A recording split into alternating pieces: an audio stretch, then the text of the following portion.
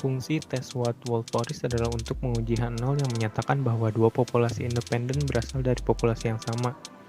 Maka pada umumnya H0 menyatakan bahwa dua populasi independen berasal dari populasi yang sama dan H1-nya itu dua populasi independen tidak berasal dari populasi yang sama. Tes run Wood-Wolf-Forest menganggap bahwa variabel yang dipelajari memiliki distribusi kontinu. Skala yang dibutuhkannya pun setidaknya dalam berbentuk ordinal. Idealnya dalam tes run seperti ini tidak ada data kembar karena diasumsikan data berdistribusi kontinu. Namun dalam prakteknya mungkin saja ada kesalahan pencatatan. Maksudnya jika pada kemungkinan pengurutan yang memuat angka yang sama pada kelompok berbeda tersebut diperoleh hasil keputusan yang berbeda, maka dari tiap kemungkinan akan diperoleh nilai p-value untuk kemudian dirata-ratakan sebanyak kemungkinan pengurutan. Nilai inilah yang dibandingkan dengan nilai alfa. Berbeda halnya jika jumlah data kembar itu banyak yang menyebabkan kombinasi run yang banyak juga. Jika hal ini terjadi, maka uji Wood-Wolf-Forest ini tidak dapat digunakan. Inilah salah satu kelemahan uji ini. Nah, contoh soalnya seperti ini ya teman-teman. Bisa di pause dulu, selanjutnya kita bisa langsung masuk ke aplikasi SPSS-nya ya teman-teman. Oke, pertama-tama kita akan merumuskan dulu hipotesisnya teman-teman, yaitu H0 dan H1-nya. H0 berarti tidak terdapat perbedaan antara tikus normal dan yang sudah dioperasi dalam hal membedakan cahaya. Lalu H1-nya itu adalah terdapat perbedaan antara tikus normal dan yang sudah dioperasi dalam hal membedakan cahaya.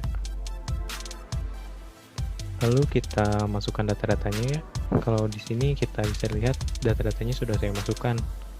Data-datanya juga harus sudah dikelompok-kelompokkan ya teman-teman. Lalu perlu dilihat di variable view-nya, perlu diperhatikan measure-nya itu tadi minimalnya apa? Ordinal ya.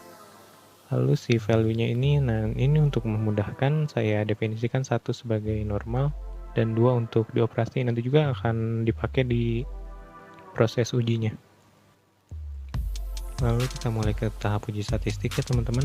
Kita klik menu Analyze, lalu masuk ke submenu Non-Parametric Test, pilih Legacy Dialogs, lalu kita pilih lagi 2 Independent Sample.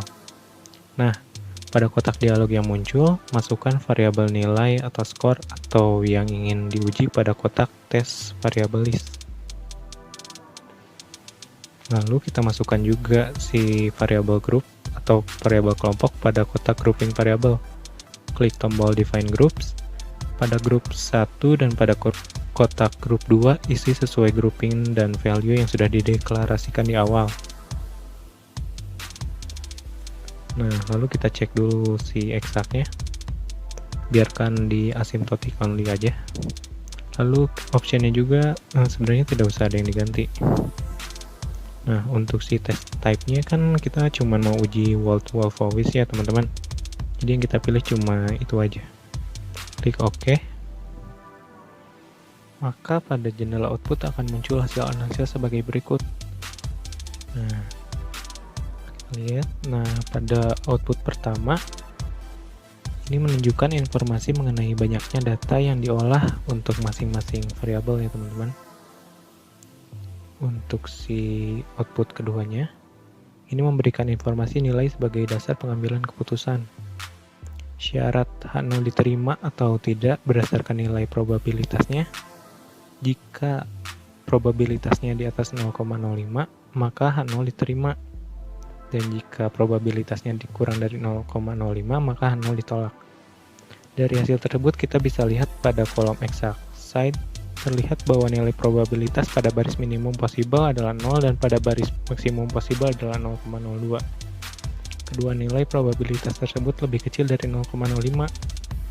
maka keputusan yang diambil adalah penolakan H0 atau dengan kata lain kita menerima H1. Jadi, kesimpulannya, cukup ada bukti yang mendukung untuk menyatakan bahwa kedua kelompok tikus berbeda dalam hal belajar untuk membedakan terang. Mudah bukan? Nah, untuk uji Wild Wolf Forest Run ini tidak bisa menggunakan software Minitab.